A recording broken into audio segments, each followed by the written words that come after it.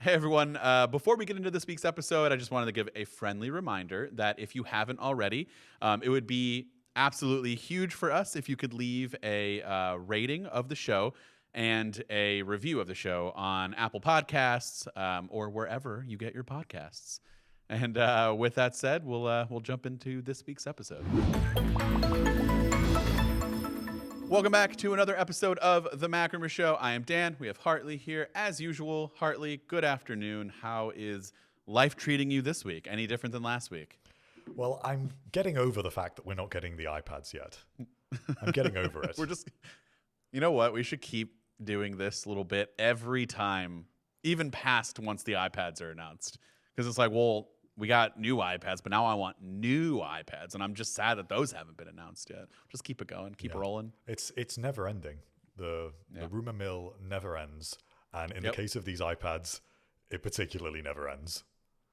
How quickly we move on to it's like iPhone 15, this is great, and then a week later it's like, yeah, forget iPhone 15. Yeah. I've got iPhone 16 rumors for you, and I'm like, man, I just spent an entire year talking about this one. At least let me enjoy it. Like, come on. The one that always gets me is directly before a new device comes out and we get the rumors about the device after that. And the comments are always furiously angry about that. Like last year, just before the iPhone 15 came out, there was a bunch of stuff about the iPhone 17. And people just have no patience for it. But what are we going to do? We've got to put this stuff out there. And some people don't upgrade to the new thing. Maybe they do have a 2-year upgrade cycle and it makes them feel a little bit better about that new thing that is coming out. So there's always two sides to it. I'm going to be honest. I'm one of those people who gets very angry about the 27 or the 17 rumors. I'm just like, no, I don't want to hear it. I don't care. Well, that's a great segue into a rumor that I was absolutely not expecting.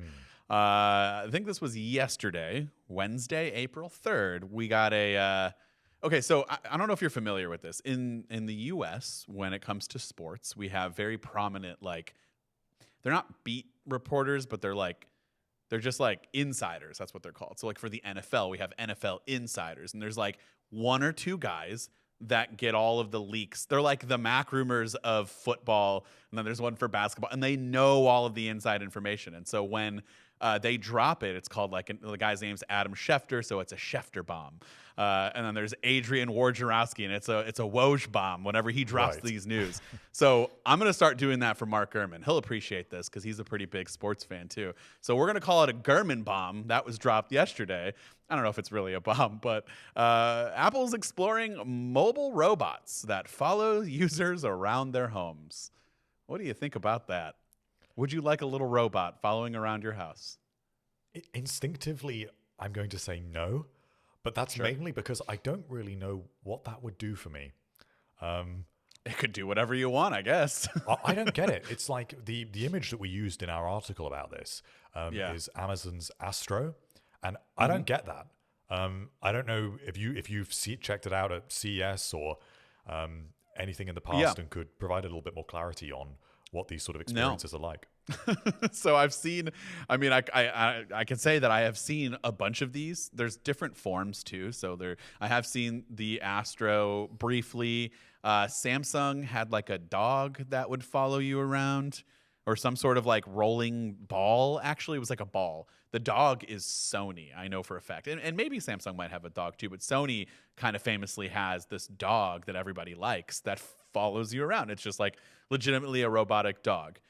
That one I might understand if you're somebody who lives alone and maybe you don't want the real responsibilities of a dog, but like you like the idea of getting attention from an animal and like taking care of. I don't know. Maybe you can't. Maybe you're allergic to dogs, but like, do you think dogs are cute? And so this robotic dog is something that you need.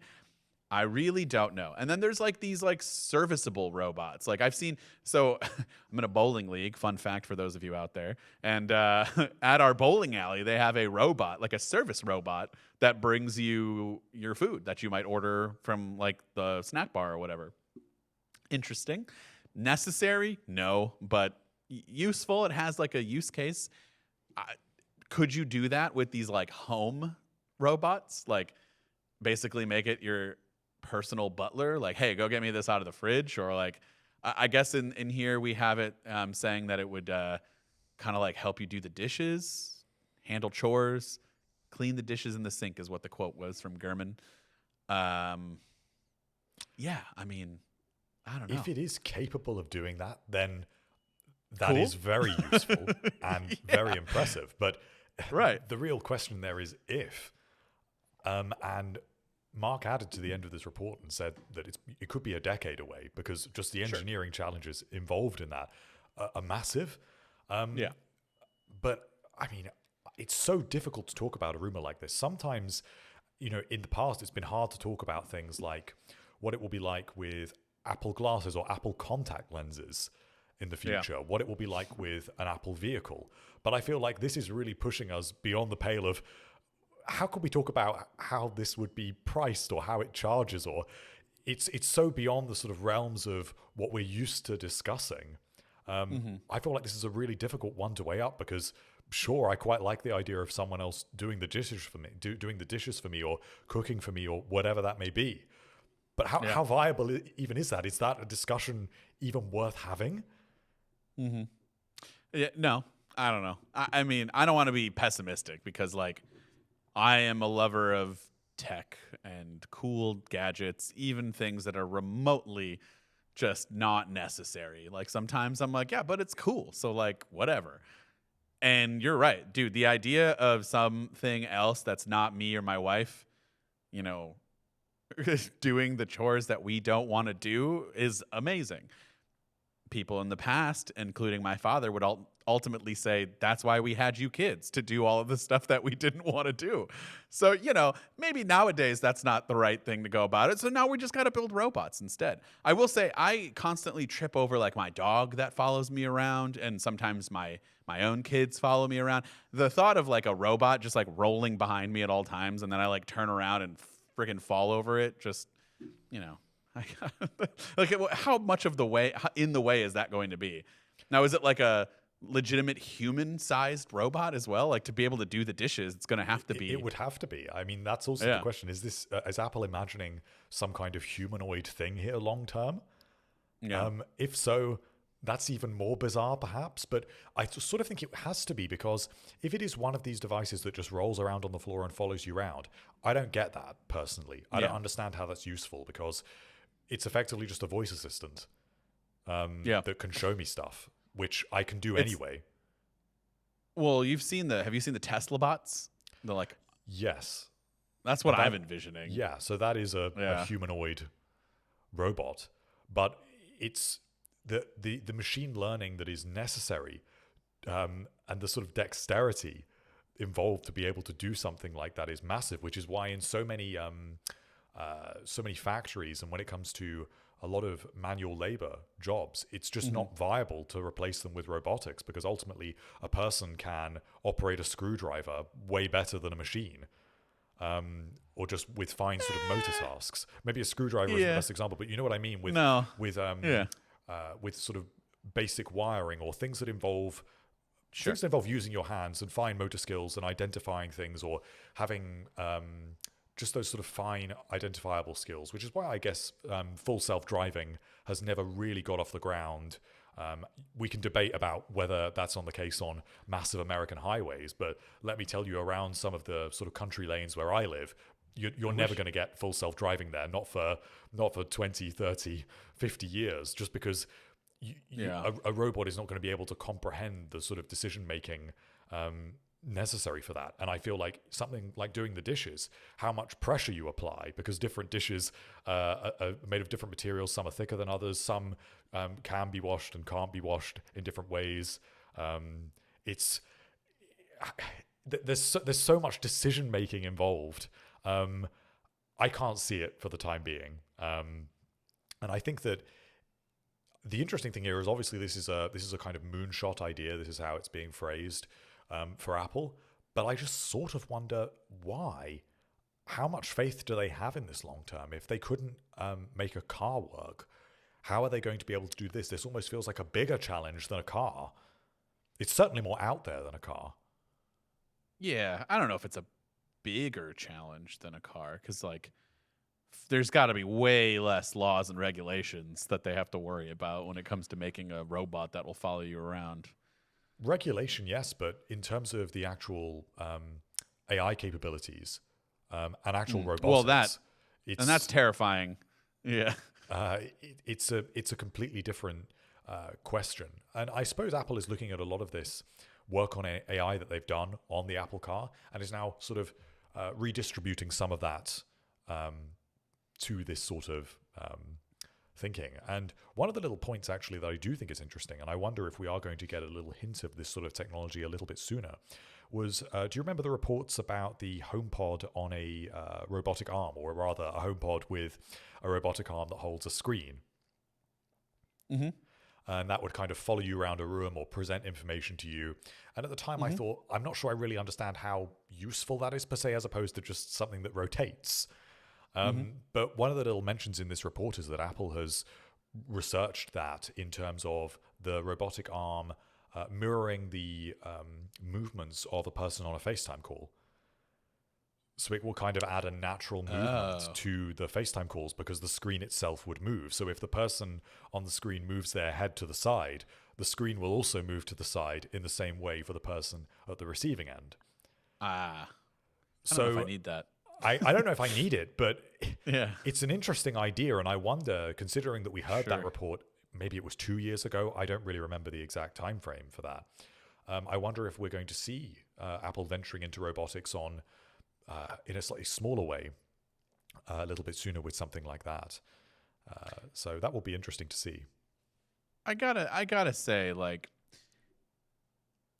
Apple probably is working on tons of random, out there, weird stuff that we could not possibly imagine on a regular basis, but we just don't know about them. But like, why is this one particularly leaking out there when there's probably something even more outlandish that they're working on that we have no idea? It's funny, like the things that get leaked. Is it because this is closer to reality, or?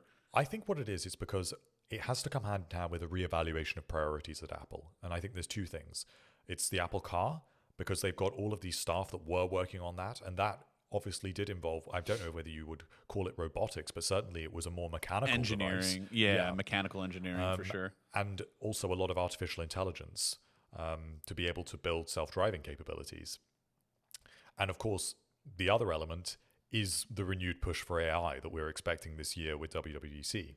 And going forward, we're only expecting that to ramp up. It's a bit like Apple using Gemini, as we expect, to base a lot of its AI features on this year. But we also know they are working on their own large language models, ultimately.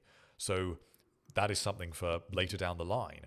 And overall, that's quite a shift in what Apple has been working on. If we go back 2 years, we were thinking long-term Apple's working on Apple Car, and it's working on mixed reality. The conversation is now changing a little bit to be a little bit more AI focused, and Vision Pro is out there now, and that will be iterated on over time. So I think that's possibly why this has happened, and we have got this report, because it has to come in line with more of a conscious push in this direction rather than just neat projects. But that HomePod tidbit does stand out to me, because that is something that we've heard before. So I'm inclined to think maybe that is now something that we will actually see sooner rather than later. Yeah. And that's the thing, like we've always, I've been wanting the whole HomePod with the display for a while, and that has to be pretty close, right? So if that is like another version of that to where it like would have a different, use case, like you said, for mimicking, making it more natural, does this have anything to do with like spatial personas that we were talking about recently? Is that like an implementation of that, trying to make it feel more natural? Maybe when that, like you said, when they're moving around and the screen, I mean, there's plenty of things there, but like, I don't know, not all of this is as necessary as like some other things that they could be doing. But, they have 1 million employees. I'm exaggerating, but they have a ton of employees, so they can't all be working on iPhones and Macs. They've got to spread it out. Push things forwards, right? So if they've been working on Vision Pro for about a decade, as much as Vision Pro can be iterated on, the product's out there now, the platform's out there. And so in much the same way that the iPhone is iterated on every year, Vision Pro, if not every year, will now be iterated on generation over generation until it becomes a really mature product like the iPad or the Apple Watch or whatever it may be. But Apple has to keep pushing that forward. And if the car is not that next big thing, then they have to start looking in other areas, and I understand that. So in a way, it makes sense to me, but also I think it's just because it's so at its infancy, and I wonder maybe a year from now, 2 years from now, when we've had some more reports like this, maybe we'll have a clearer shape of how this is going to pan out. Because I feel like with Vision Pro, we had a fairly good idea of how that would be priced, what the experience would be like at least 2 years before launch, probably even about 4 years before we had a fairly good idea of how that would work and how glasses was the long-term ambition. And we could see all this stuff coming with spatial audio and with the big push toward AR and putting LiDAR scanners on devices. We could see it coming. So maybe as time goes on, we will get a better sense of how robotics at Apple is going to take shape, if indeed this is the big thing. Maybe this is just Apple executives panicking and wondering if this should be, and that's where this report is coming from. But give it a year. Let's see. I want to see some more reports about this at this point, I think, before I sink too much extra thought into this, because at the moment it is a little bit baffling. You know, maybe this will be a good time for me to check out Amazon's Astro robot. So anyone at Amazon listening, if you want to send me one, I will make it roll around and follow me and let you know if this is useful. I actually don't even remember what it does for you. Is it just like a companion thing? Can it go get you things? I don't think it can get you things, but I think you can store things in it. So it can kind of carry stuff around for you, like if you have a backpack or whatever. And I think that it can show, obviously it works like an Echo Show. Right, because of the display. Yeah, so you can field inquiries, but also it's just always there. So unlike an Echo Show that has to be on a surface, and if you're not in that room, if you're not right next to that thing, it's not particularly useful. But I don't know, if you're cleaning your bathroom, your Amazon Astro has followed you in there, and you can ask to see something and it will show you. Could be useful. Hey Astro, I'm on the toilet. Show me a good video. I don't know. I mean, I guess it also has some security features. So if it can roam around your home when you're not there, you can access that camera. Oh, that's right. That was one of like the major selling points. You know, but it is like a camera that Amazon has information to, and it's constantly following you. We don't need to lead down that whole thing, but I've also just been kind of the guy who's, not that I don't care about privacy and security. I do, and I try to take the measures that I need to, but I am of the nature that if someone really wanted to get information about me in some way, shape, or form that is from these companies, they either have it already or they can easily get it, and I wouldn't know. So why spend time worrying about it, is my opinion. Okay, so yeah, let us know what you guys think about a potential Apple robot following you around your house and maybe doing all of the chores that you don't want to do. iOS 17.5, huge update. Massive, loaded with new features. Beta 1 was just out on, was it Monday or Tuesday? Monday, somewhere around there. I'm being sarcastic if it's not a very big update, but there are some interesting things that we did find that kind of allude to other areas that are intriguing. Like, let's start with the one that I didn't realize until after I made my video on it. But apparently Apple is referencing in code, right? The Apple Pencil with USB-C is considered Apple Pencil 3 to them. Is that correct? Yes, although we knew that before. I didn't know that before.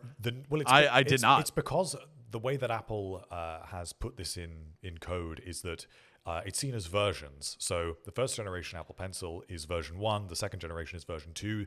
The USB-C version is version 3.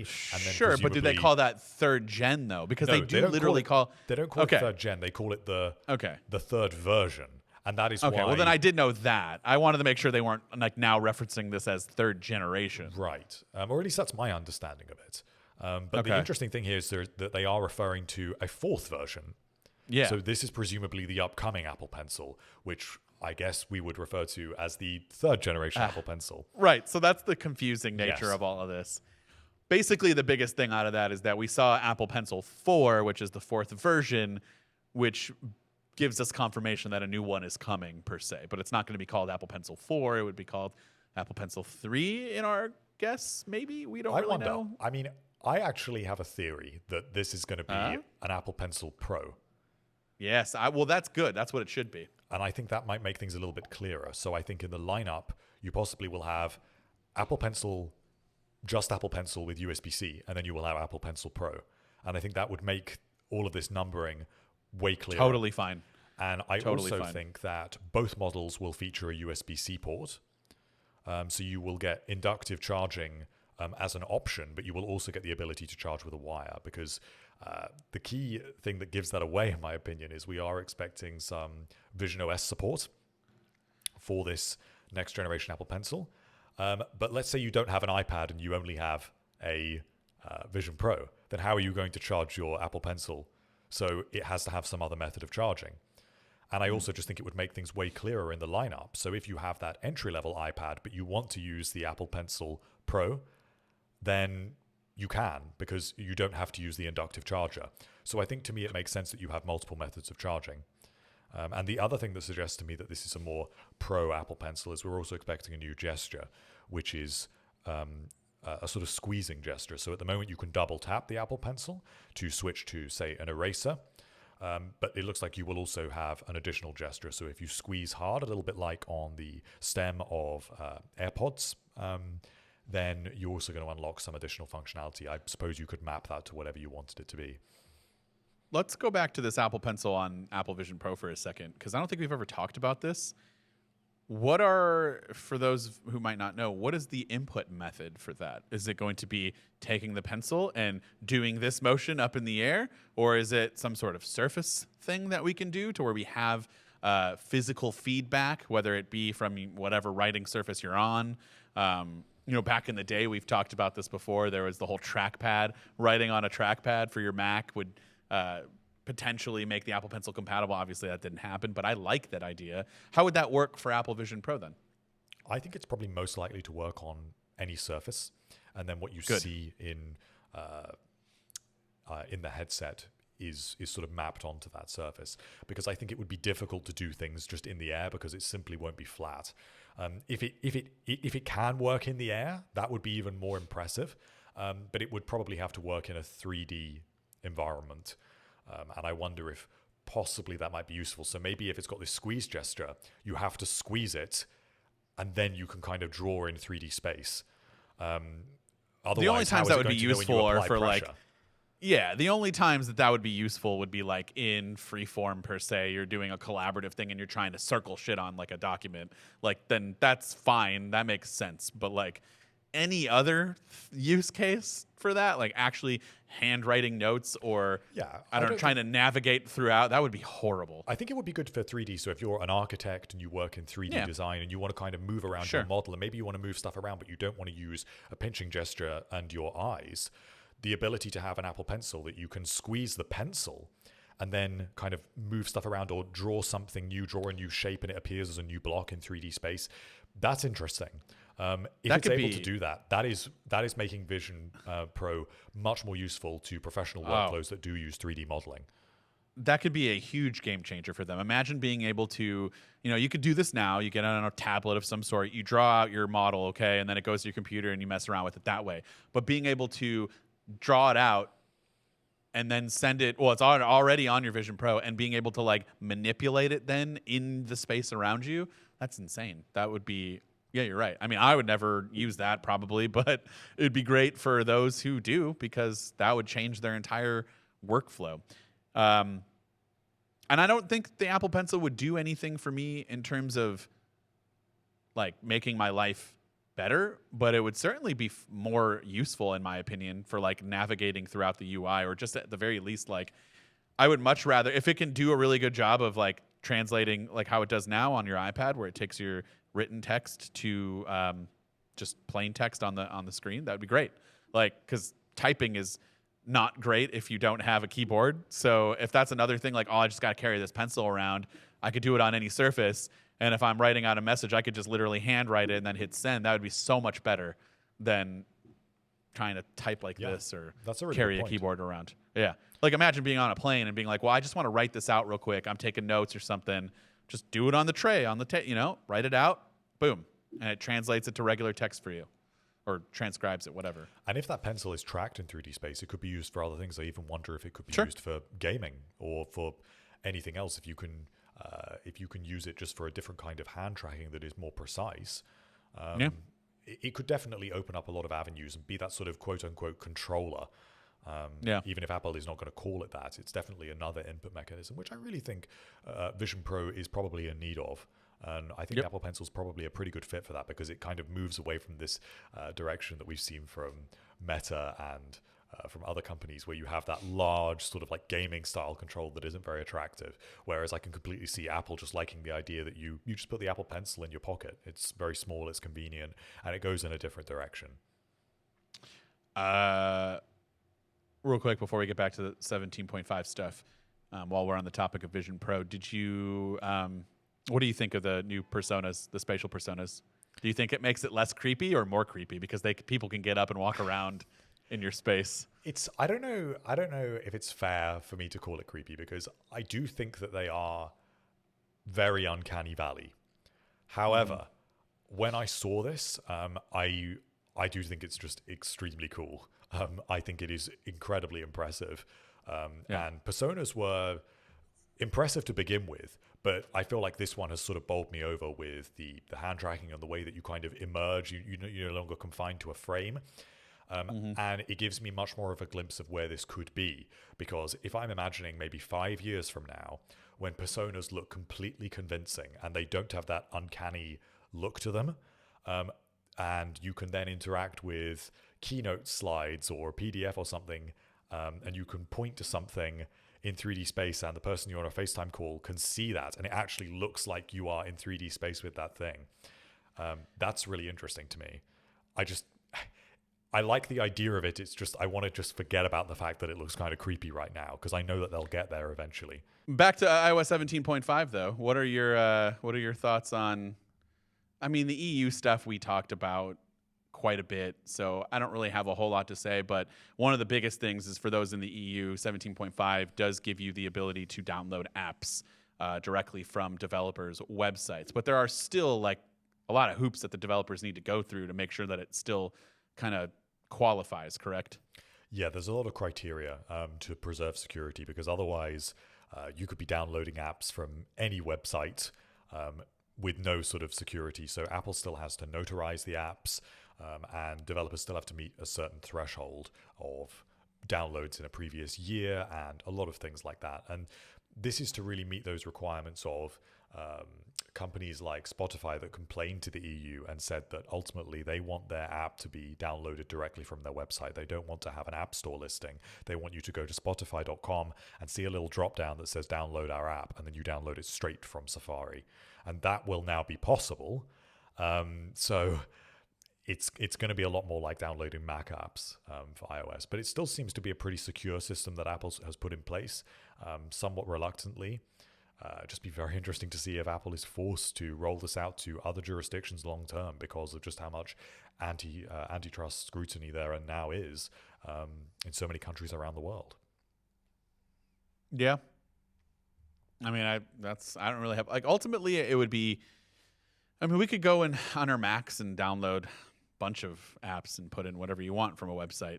Like, ultimately, I wouldn't mind if that was the case on your phone, but you again, there are a lot of in the same way that I wouldn't mind. But I think the concern is that would say your parents would that be an issue for your parents? Like if you were saying if you saw them downloading like random apps from websites and you were saying, well, I'm not sure you should be doing that.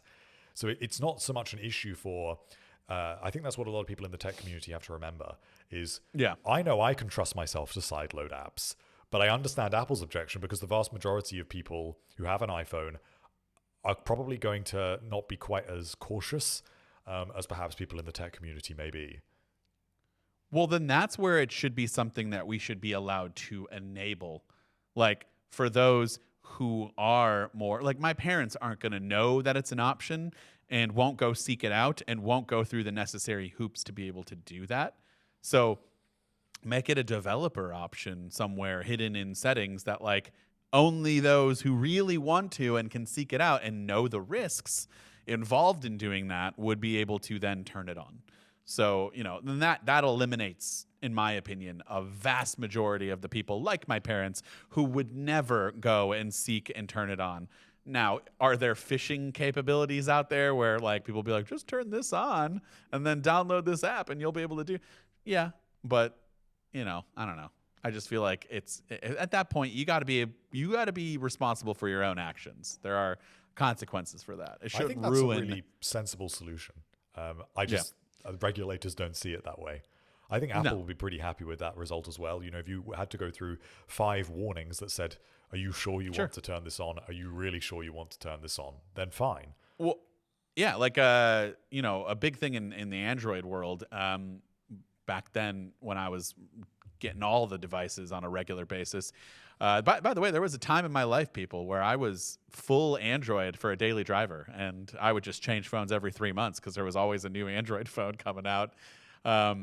But yeah, I mean, the first thing I would do is go into settings, and then under build number, like deep into the software part of the settings, if you tap build number like 10 times or whatever the amount is, you'll start to see a thing that says, 5 more taps and you're going to unlock developer options, 4 more, 3 more, 2 more, until you do it. And then developer options open. And it's a whole new settings menu that wasn't there unless you knew the little Easter egg that was to go in and tap on build option or build number a bunch of times. It's like, do that. Just hide it in a way where only people who are like us per se would know that that's there and would want to even go in there, because then you had more control over like the animation. That was the biggest thing. It was I only went in there and changed the animation time, like how long the apps would open. Like I would go from like 1x to 0.5. So it just felt snappier and just got rid of all that unnecessary animation stuff when you're scrolling through and things like that. And I still do that to this day because they're still very slow. And I feel like a lot of people would want to do that for the iPhone, and just like little things like that. Give us the ability. If we ruin our device, that's on us. Like we were the ones who sought it out. So we have to bear the necessary consequences. But you're right. Regulators aren't going to think that way. So we'll be downloading apps here in the US at least for a long while in the App Store, and only the App Store. Well, I don't know. I think the way things are going, I wouldn't be surprised if that has to change in the next couple of years. Maybe, but I'm not gonna hold out hope. Anyways, the biggest thing in 17.5 beta, in my opinion, is the color changing podcast widget. Really? No, but I mean, it was the only like visually new feature. Yeah. And you use Apple Podcasts. I would have never have discovered this because I don't use Apple Podcasts, so I wouldn't have noticed that. Although I really like Apple Podcasts way more than Spotify. The only thing that makes it good is that it's all in one app. It's my music and my podcasts are all in one. But like the elements behind it, it's funny. I like that it's all in one for the convenience of like where I listen to podcasts is it's in my car and it's just all right there. But like the reason why I like Apple Podcasts is because it's its own app that lets you find like, discover shows a little bit better. It's only that. There aren't books, there aren't, music kind of getting in the way. So basically I feel really dumb for saying I like Apple Podcasts or Spotify because it's got all of the things in one place. But I really like Apple Podcasts because it separates it. Like, how contradicting of me. But, maybe someone out there will be like, yes. Yeah, makes them different, but personally, and I just think the UI is better Apple's personally. Approach. Yeah, I think that having them as separate apps allows you to specialize them, and Apple can definitely do more of that. If anything, they're still a little bit too similar. But we've seen things with like podcast transcripts, and even the ability to do things that has obviously been in the app for years, like certain functions, such as the ability to create a station with certain conditions, or to change the speed of a podcast. Those things are not relevant to music. So they do kind of need to be separate apps in my mind, because I know perfectly well whether I want to listen to a podcast, and I'm happy to go into the podcast app, and whether I want to go to music. It's never really the case that I think I'm going to queue up a song after this podcast and then have another podcast. So I quite like that approach. I would just like to see the podcast app iterated on even more. I do like it now. I didn't like it years ago, but it still has some way to go. I think at least some of the podcasts that I listen to, you can't do subscriptions. So I don't know why, if that's like a thing that people need to turn on. But like subscriptions don't show up on my Spotify podcasts, the ones that I listen to, but they are there on Apple. So it's very strange. Yeah, well, Apple has its own subscriptions program. So maybe that's why they were in it. Well, I knew that, but I thought maybe they would. Are they not like?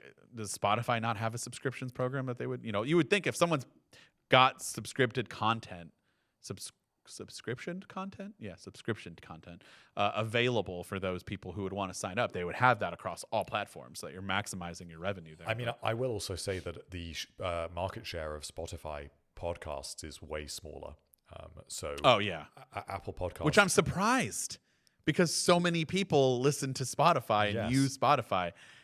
And that's even the case in Europe as well, which is very surprising, where Spotify is really dominant, way more than in North America. So it's strange, but I guess it simply is because people associate Spotify with music, and then when they want to listen to a podcast, they go to their app library or whatever, and they see the little purple icon, and they know that that is where they go for their podcasts.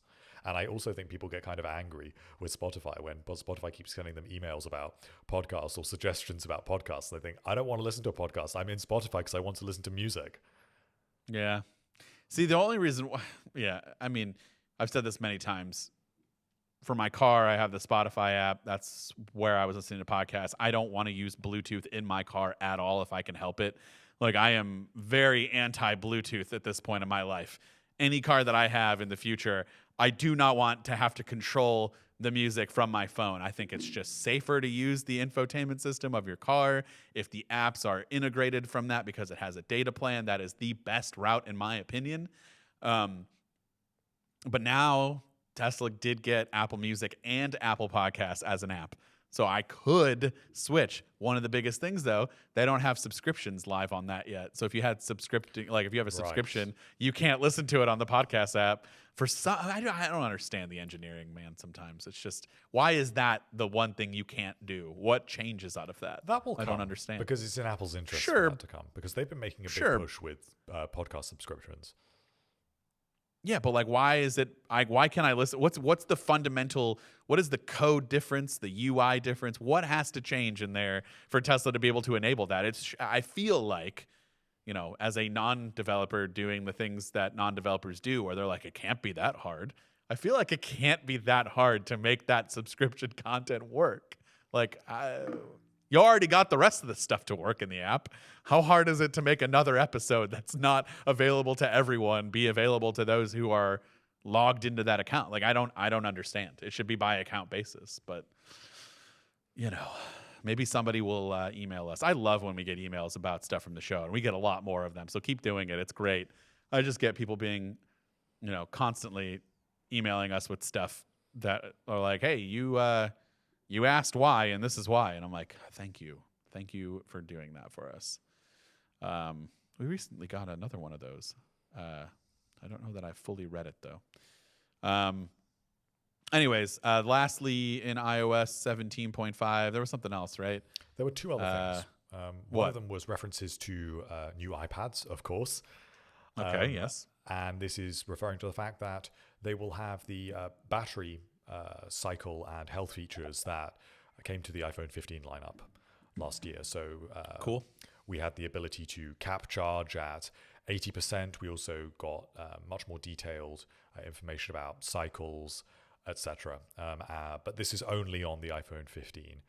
So it's interesting that it looks like future iPads, hopefully not too far in the future, will also have those capabilities. Sweet. And sounds great. The other one was third-party tracker alerts.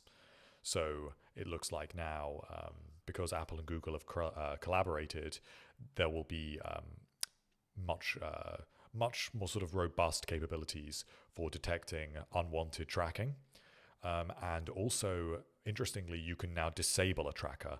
So if you found an AirTag traveling with you, or a device like that, even something like AirPods, you can now, in iOS, actually tap on that notification and request that item to stop tracking. Before, say with like an AirTag, you would have to have taken the battery out. But if you don't perhaps know where the AirTag is in your car or whatever, that isn't particularly useful because you may have only just got the notification. So good features. I hope I never have to use them. But obviously, this has been a controversial thing with AirTags. So it's good to see that Apple is working with Google to make that also work on Android, other platforms, and also to work with trackers that are not AirTags. Because actually, when I have received these notifications, it has very rarely been about AirTags. It's been about my own AirPods. That's annoying. Other people's AirPods. So it's not always just AirTags. And I suppose as Google's equivalent products and other third-party trackers also become more prevalent, it's really good to have some sort of cross-platform frameworks in place to just make this a consistent experience. It really wasn't fantastic when AirTags launched and Android users could really not do anything to know if they were being tracked by an AirTag. So yeah, I'm pretty happy to see that. It's not something I hope to use, as I say, but it's a fairly good 0.5 update. I'm not sure we could really ask for too much more, considering that all eyes are obviously set on iOS 18, which is not that far away at this point. It is far away in terms of public launch, but 8 weeks from now, we'll pretty much have a good idea of what we're getting with iOS 18. Yeah. Sounds great. I can't wait for WWDC and all that. I'm just so pumped. Obviously, iPads first, please. But then ready for all the new software features and little things that I hopefully will use and not say that I love and then never use it. Here's a question for you. Oh boy. We also had a report today about how obviously the iPads have been delayed.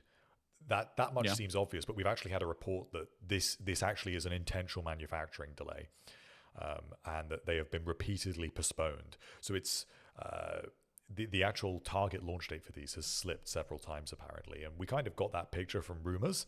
But it's interesting that this is now coming out that this is actually this is something that has actually happened and that Apple did intend to launch them earlier. Do you think that if we get into May, which is now when we are expecting them, and we get into maybe mid-May, is there even any point in Apple dropping these iPads in a press release 2 or 3 weeks before WWDC? Because if they release these in a press release and then by the time they actually launch, we're going to be a couple of weeks away. So I wonder if Apple is actually just going to just wait for WWDC unless it really picks up with manufacturing, because I think less than a month is probably not worth it. I'm actually begging for them to wait until WWDC at this point. I think I mean, I know we want new stuff, but at this point, I think that would make that event far more interesting as well, having some hardware, especially hardware that we've been waiting for a while. The thing is, I don't know when Apple starts shooting content for WWDC. I'd imagine they probably haven't started yet, right? They can probably knock it all out in like a couple of days, is my guess. Maybe it only takes 1 day. I think they normally do it about 4 to 6 weeks before the event. So, yeah. I mean, they'll have to make that decision soon on whether or not they're going to make the launch. I also think that, if I remember rightly, it is a software issue, and I don't know why. I think that part of it is related to they've needed more time to engineer software for the new iPads. So when I hear the word software, I'm a simple person. I think software, I think WWDC. So yeah, sure. Maybe. No, I think I said this last week. I think I said this last week. At this point, you might as well just wait till WWDC and just have some hardware there. Because, like, they don't have to do hardware at WWDC, but it's always better when they do. And it has happened. Yeah, and it has happened the last few years. And so, like, we don't really know what that could be this year, but that could be an option then. And maybe some new Macs. I think they have to update. The only hardware that we could get would be a new Mac Studio. But I have started to become skeptical about whether we will actually receive that. Now, we did last year. We did the year before that. But given some of the rumors about what we are expecting from the M3 Ultra, I'm no longer sure that will be the case, because it looks like the M3 Ultra may be a completely new chip. So as opposed to previous years when the Ultra chip has been effectively 2 Max chips connected via Ultra Fusion. It looks like the M3 Max does not have the Ultra Fusion, so you could not connect them to create an M3 Ultra, which suggests that M3 Ultra is going to be a completely different chip. And we've also had a report that the M3 Ultra may be based on a newer fabrication process that Apple is not currently using. So it would be what TSMC calls N3E. So it's the E is for enhanced. And currently Apple is using N3B, which is like the base version of that process. Yeah. This is all quite technical, but it suggests that the chip that could be in the new Mac Studio will actually be a completely new thing. And as a result, it would be a little bit soon for that. To show that off at WWDC. So maybe that is something for the fall, especially if we are expecting other chips based on that enhanced manufacturing process, things like the A18 in the iPhone 16. So in my mind, this is pure speculation, but I am thinking that the Mac Studio is going to now come later in the year and perhaps not at WWDC. So no other hardware that I am aware of, at least, is on the table, other than now these iPads, maybe. Yeah, I would like some hardware for sure at WWDC, and I think these iPads make sense at this point. Also, I'm being selfish because the report was early May, and my thought is, okay, Friday. It's gonna be Friday the 10th, and only you and I really know what's going on that time frame. So It's not, but it's not a good week for me. Yeah. So don't do that. It's not a good week for any of us here. Don't do that. Don't. Yeah. Maybe we've had a reverse leak, and we've had a leak from MacRumors, and this is Apple's little revenge on us. Yeah, right. they're gonna get us. Anyways, there are. I mean, we don't really have to talk about this too much. Maybe we'll save it for when it actually launches. But the Beats Solo 4s, is this the first time that they've updated the Solo lineup since 2016? I don't know. It's been a while. The Beats Solo 3 has been, I think that was, if we have not gotten a new Beats Solo since the 3s, right? That was 2016. So yeah, this is very overdue in that case. So there's been some reference in code about the Solo 4s, and then a massive update came out this week saying that, yep, gonna happen. Here's all the information. Here's what it looks like, I guess.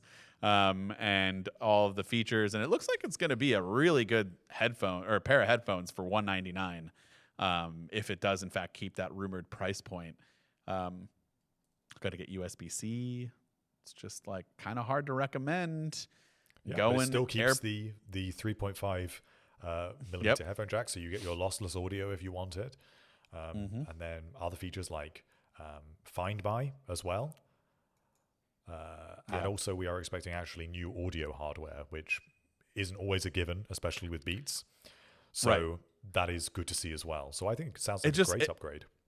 Yeah, and I'm I don't know that it's going to sound as good as AirPods Max per se, but given the feature set and the price point, really hard for me. And if you want to stay in the Apple, get all the benefits of AirPods, really hard for me to recommend the AirPods Max when you can just get, they're not quite the same in terms of the design and quality, and they're obviously not fully over ear, but again, they should sound good enough, if not really good, to those who don't really care that much.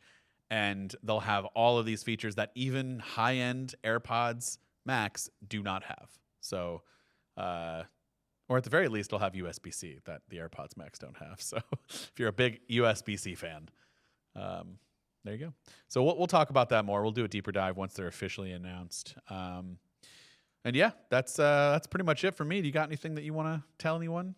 Anything off your chest? Anything you need to get out to leave us a delightful review on Apple Podcasts? Yes. I don't think so. Yeah, I don't know that I can tell you don't review if it's not going to be delightful, but I think it needs to be delightful as our personal request. So, cool. Yeah, we'll catch everybody in the next episode. Have a great weekend, everyone.